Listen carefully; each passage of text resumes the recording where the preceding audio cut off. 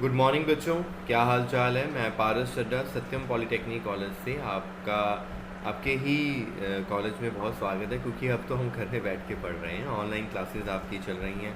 Hope so आप कोविड-19 से खुद को बचा के रखा हुआ है, अपनी फैमिली को बचा के रखा हुआ है, और मेरी तरफ से आपको बेस्ट विशेज़ हैं कि अपना और अपनी कम्युनिटी का सबका आप ख्याल रख रहे हैं। आज बच्चों हम अपना नेक्स्ट सेमेस्टर की क्लासेस स्टार्ट कर रहे हैं। उसमें आपका सब्जेक्ट है electrical power one. Power one आपको इस सेमेस्टर में होगा, पावर टू आपको नेक्स्ट सेमेस्टर में होगा। और होप सो आपकी जो ट्रेनिंग है वो भी बहुत अच्छी चल रही है। ट्रेनिंग में आप सब स्टेशंस वगैरह, पावर फैक्टर्स हो गया, रनिंग कॉस्ट, लोड कर्व, इसके बारे में ही आप सीख रहे हैं राइट नाउ अभी ट्रेनिंग में। और यही जो आपका सब्जेक्ट है अभी जो आपने टीच करना है, जो अभी आपको हम टीच करेंगे, जो आप पढ़ोगे।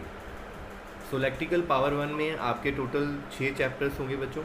इसमें power generation, economics of generation, जिसमें आपका लोड फैक्टर, कर्व्स हो गया, क्या कहते हैं, हम कैसे कॉस्टिंग करते हैं, रनिंग कॉस्ट कैसे, वो सारा आप इसमें पढ़ोगे। उसके बाद ट्रांसमिशन सिस्टम, इसमें HT लाइन, LT लाइंस क्या होती हैं, कैसे ट्रांसमिशन की जाती है, फिर अर्थ वायर क्या होता है, कंडक्टर्स क्या होते हैं, उसके बारे में जो है हम प्रॉपर जो है नॉलेज के लिए उसमें जो है कि प्रैक्टिकली हम बाहर कैसे काम करते हैं, ट्रांसमिशन कैसे होती है, उसके बारे में डिटेल में हम प्रॉपरली पढ़ेंगे। इसके बाद जो आपको एक नेक्स्ट चैप्टर होगा वो है डिस्ट्रीब्यूशन सिस्टम। डिस्ट्रीब्यूशन सिस्टम में क्या है कि जैसे हम अपनी इलेक्ट्रिसिटी पावर की डिस्ट्रीब्यूशन कैसे करते हैं, डिस्ट्रीब्यूशन होती कैसे है इन ट्रांसमिशन लाइन। देन उसके बाद सब station, most important chapter according to terms. जैसे हम एज ए आप ट्रेनिंग भी कर रहे हैं तो हमें सब स्टेशन क्या कितने प्रकार के होते हैं, सब स्टेशन होता क्या है, और उसमें लेआउट, उसका आइडिया प्रॉपर, उसके बारे में आप सब स्टेशन में पढ़ेंगे। देन पावर फैक्टर इम्प्रूवमेंट के फैक्टर्स क्या होते हैं, उसकी एडवांटेज क्या होते हैं, डिसएडवांटेज क्या हैं, लो पावर फैक्टर पे कैसे है, तो उस पर हम जो सारा है इस चैप्टर में, और जो ये सब्जेक्ट है इसमें हम पढ़ेंगे। तो आज जो टॉपिक मैं स्टार्ट करने जा रहा हूँ, पहले तो मैं पावर जनरेशन होती क्या है, कैसे पावर जनरेशन होती है, कौन कौन से सोर्सेज होते हैं जैसे हम पावर को जनरेट करते हैं, तो कौन कौन से प्लांट्स होते हैं जैसे जिससे पावर जनरेट होती है, इलेक्ट्रिसिटी बनती है, हम बनाते हैं। उसमें non renewable, renewable, conventional, non conventional, ये बहुत एक बेसिक क्वेश्चन है, आप सबको होप सो पता भी है, पर उसके बारे में मैं डिटेल में आज का एक पहला टॉपिक है जैसे आपको एक ओवरव्यू दे रहा हूँ कि उसमें कैसे हम जो उसके मेन सोर्सेज होते हैं उसमें हम कैसे करते हैं। तो आज के इस टॉपिक में क्या है कि आप non conventional source of energy क्या है, आप एक पिक्चर से ओवरव्यू आइडिया आपको मिल रहा होगा कि इसमें सोलर एनर्जी हो गया, विंड एनर्जी हो गया, बायो एनर्जी हो गया, ये सारे क्या हैं, एक non conventional source of energy हैं। अब कन्वेंशनल सोर्स ऑफ एनर्जी और नॉन कन्वेंशनल में फ़र्क पता होना चाहिए, ऐसे ही रेन्यूएबल और नॉन रेन्यूएबल में, क्योंकि हमें दोनों का डिफरेंस जो है पता होना चाहिए। अब कन्वेंशनल सोर्स ऑफ एनर्जी क्या होते हैं? Conventional source of energy the natural energy resources which are present in the limited quantity and are being used for a long time. They are called non-renewable source of, once they are depleted it cannot be generated. सीधी सरल भाषा में कि जो sources को हम एक बार use करने के बाद हम उसको दोबारा लॉन्ग टर्म में यूज़ नहीं कर पाते हैं। इसमें कोयला हो गया, पेट्रोलिज्म हो गया, यूरेनियम हो गया, जिस चीज़ों को हम एक बार यूज़ कर लें उनको दोबारा यूज़ नहीं कर सकते। अब नॉन कन्वेंशनल सोर्सेज एकदम इसके उल्टा होंगे। नॉन कन्वेंशनल सोर्सेज वो सोर्सेज हैं जिनको हम यूज़ कर सकते हैं इन लॉन्ग टर्म्स, जैसे क्या है, solar energy, wind energy, tidal energies, ये सारी बायोमास एनर्जी क्या है जिनको हम दोबारा यूज़ कर सकते हैं। अब इसमें आता है इंट्रोडक्शन। दोनों में आपको डिफरेंस पता होना चाहिए कि नॉन रेन्यूएबल और रेन्यूएबल एनर्जी सोर्सेज क्या होते हैं। अब मैं इनमें बात करूं डिटेल में, जो हमारे नॉन रेन्यूएबल सोर्स क्या होते हैं, the source of energy which once you be use cannot be replace by take 10 years. हम उनको रिप्लेस नहीं कर सकते, उन सोर्सेज को हम non renewable source of energy कहते हैं। जैसे कि कोयला, पेट्रोलियम, ये सारे क्या सोर्सेज क्या हैं, ये नॉन रेन्यूएबल एनर्जी सोर्सेज हैं। अब इसमें आता है रेन्यूएबल सोर्स ऑफ एनर्जी क्या होता है। होप सो आप इसका उल्टा एकदम समझ जाएंगे। The source of energy which never run out और take only 10 years to be replaced, जैसे कि हम इसको दोबारा यूज़ कर सकते हैं।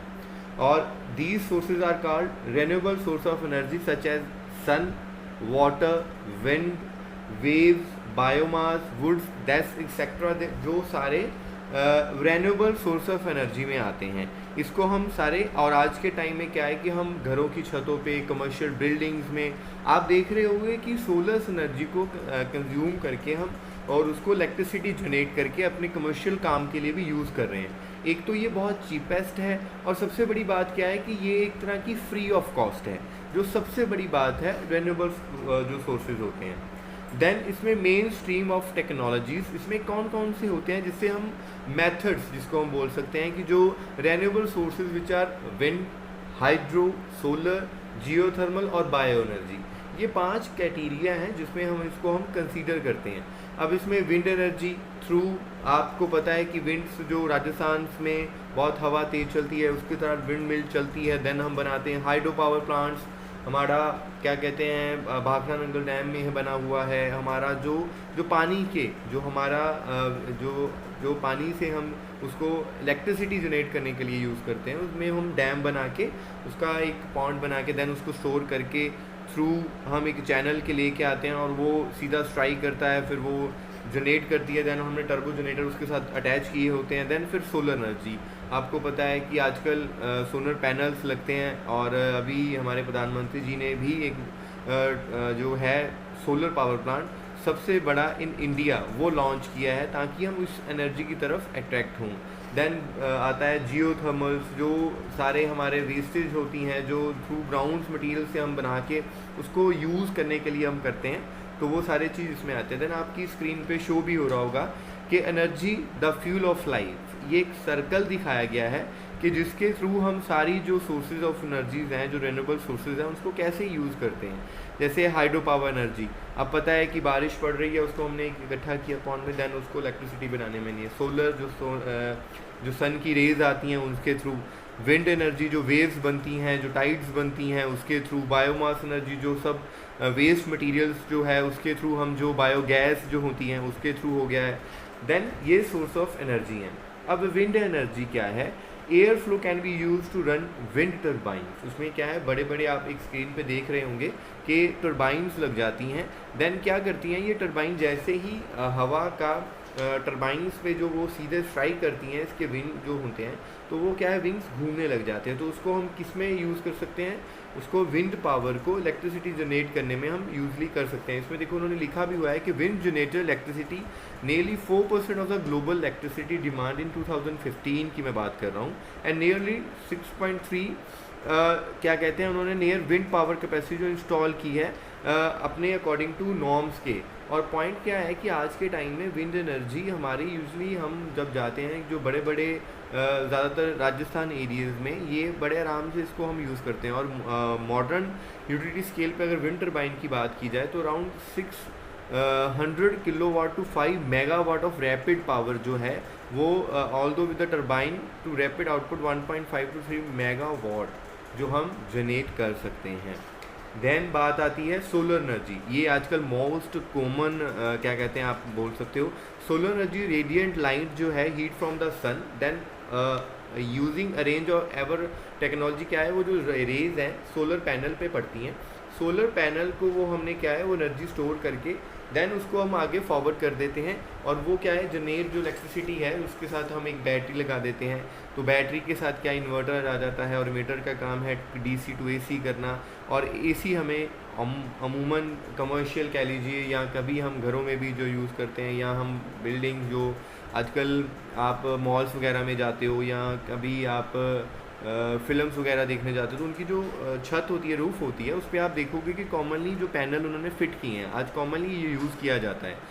Solar technology are broadly characterized either to be passive solars, active solars, depend upon the convert the distributor to the energy. ये मेन चीज़ जो है हम यूज़ करते हैं।